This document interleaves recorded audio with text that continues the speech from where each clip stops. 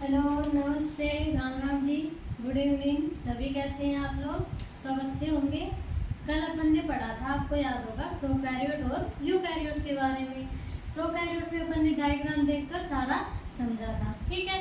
इसी तरह यूकैरियोट का अगर आपको याद हो तो एग्जाम्पल हमने पाया था कि ह्यूमन होता है और प्लांट्स होते हैं या एनिमल्स होते हैं, वो किस में आते हैं? यूकैरियोट्स में आते हैं, ठीक है। तो यूकैरियोट्स को भी अपन समझने के लिए डायग्राम का यूज करेंगे। अब देखो, प्लांट्स की, एनिमल्स की, सभी की स्ट्रक्चर अलग होती है, सभी में न्यूक्लियस भी अलग अलग तरह से पाए जाते हैं ना। तो प्रोकैरियोट यूकैरियोट में तो वेल डेवलप न्यूक्लियस होता है, तो न्यूक्लियस के अकॉर्डिंग तो पता ही है अपन को कैसे होते हैं, वेल डेवलप होते हैं। इनके प्लांट में भी वेल डेवलप होगा और एनिमल्स में भी, ठीक है।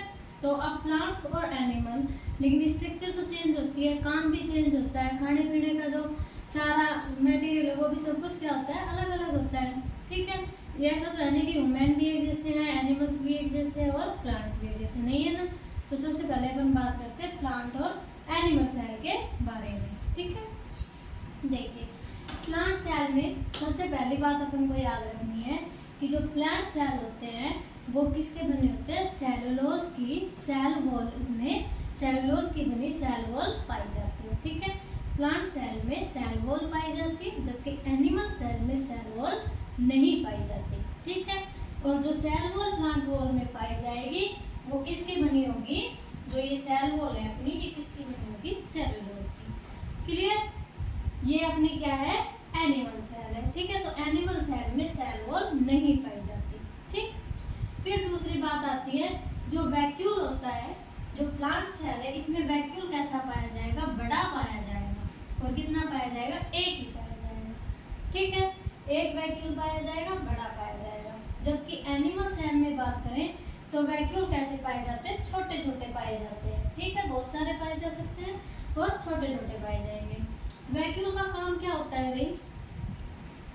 वैक्यूल का काम होता है पानी को ऑब्जर्व करना, यानी कि पानी को अपने अंदर ऑब्जर्व करके रखना, अवशोषित करके रखना उसको। तो जो प्लांट्स है वो एक ही स्थान पे, एक ही वैक्यूम में ऑब्जर्व करके रख सकते हैं, जबकि एनिमल्स में थोड़ी थोड़ी जगह में ये चीजें पाई जाती हैं, छोटे छोटे पाए जाते हैं, ठीक है। फिर आती है बात अपनी, देखो, एंडोप्लाज्मिक रेटिकुलम की। तो जो एंडोप्लाज्मिक रेटिकुलम है, ये आपको मतलब अपना यहाँ पे क्या है? एंडोप्लाज्मिक रेटिकुलम, ठीक। तो एंडोप्लाज्मिक रेटिकुलम होते हैं, यहाँ पे जो न्यूक्लियस है वहाँ क्या पाए जाएंगे? न्यूक्लियस के ऊपर क्या है? ये एंडोप्लाज्मिक रेटिकुलम है। एक स्मूथ टाइप का होता है और एक रफ टाइप का होता है, ठीक है। स्मूथ वो होता है, जैसे मान लो यहाँ देखते हैं अपन इस स्ट्रक्चर के अंदर, ये है और ये एंडोप्लाज्मिक रेटिकुलम। अगर इसके ऊपर इस तरह की स्ट्रक्चर पाई जाती है, ये स्ट्रक्चर क्या कहलाती है? राइबोसोम। तो जिनके ऊपर राइबोसोम पाए जाते हैं वो रफ हो जाते हैं, यानी कि खुरदरे टाइप होते हैं। और अगर सिंपल पाया जाता है इस तरह, तो ये कैसे हो जाते हैं? स्मूथ हो जाते हैं, ठीक है। तो स्मूथ एंडोप्लाज्मिक रेटिकुलम और rough endoplasmic reticulum. Endoplasmic reticulum plant cell में भी होती है और आपकी एनिमल सेल में भी होती है, ठीक है। फिर आती है बात कि डिफरेंस क्या होगा। देखो, सेल वॉल इसमें पाई जा रही थी प्लांट सेल में, एनिमल सेल में सेल वॉल नहीं पाई जाती। दूसरी बात, क्लोरोप्लास्ट। जो क्लोरोप्लास्ट है वो प्लांट सेल में पाया जाता है, क्योंकि क्लोरोप्लास्ट में क्या पाया जाएगा? क्लोरोफिल, जो फोटोसिंथेसिस के काम में आती है।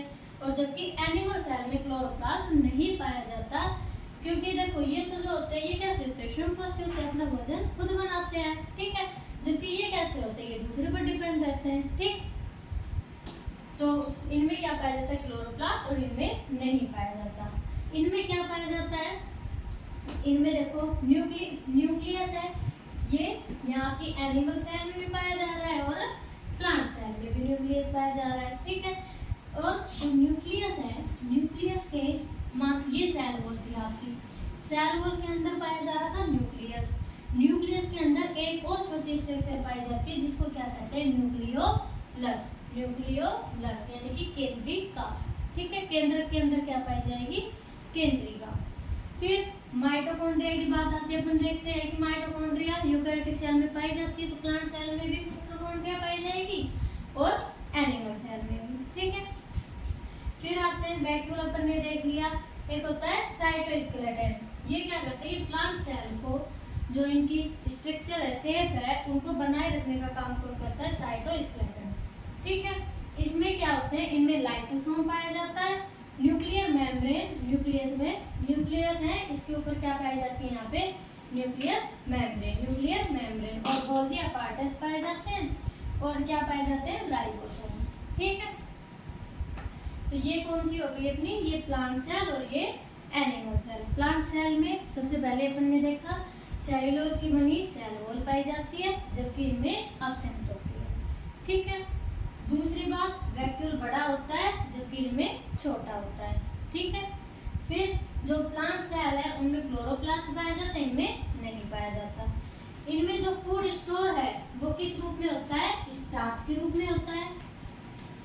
प्लांट सेल में किसके रूप में होता है, स्टार्च के रूप में होता है, जबकि एनिमल सेल में किस में होता है, ग्लाइकोजन में होता है। ठीक है, तो आज तक मैं ये प्लांट सेल और एनिमल सेल का जो मेन डिफरेंस है वो अपन ने देख लिया डायग्राम की सहायता से।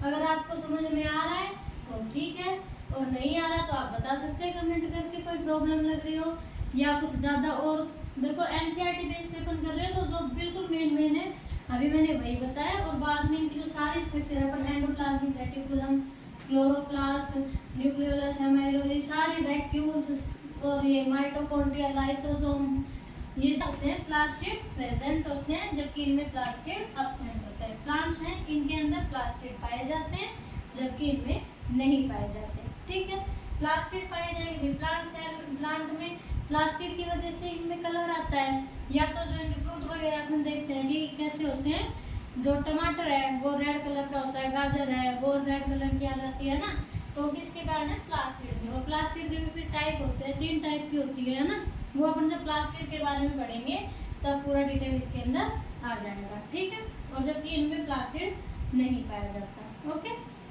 फिर आता है सेंट्रोसोम। सेंट्रोसोम्स में क्या होता है, इसमें जो प्लांट सेल है इनमें आपकी जो सेंट्रोसोम्स है वो एब्सेंट होती है, जबकि एनिमल्स में प्रेजेंट होती है।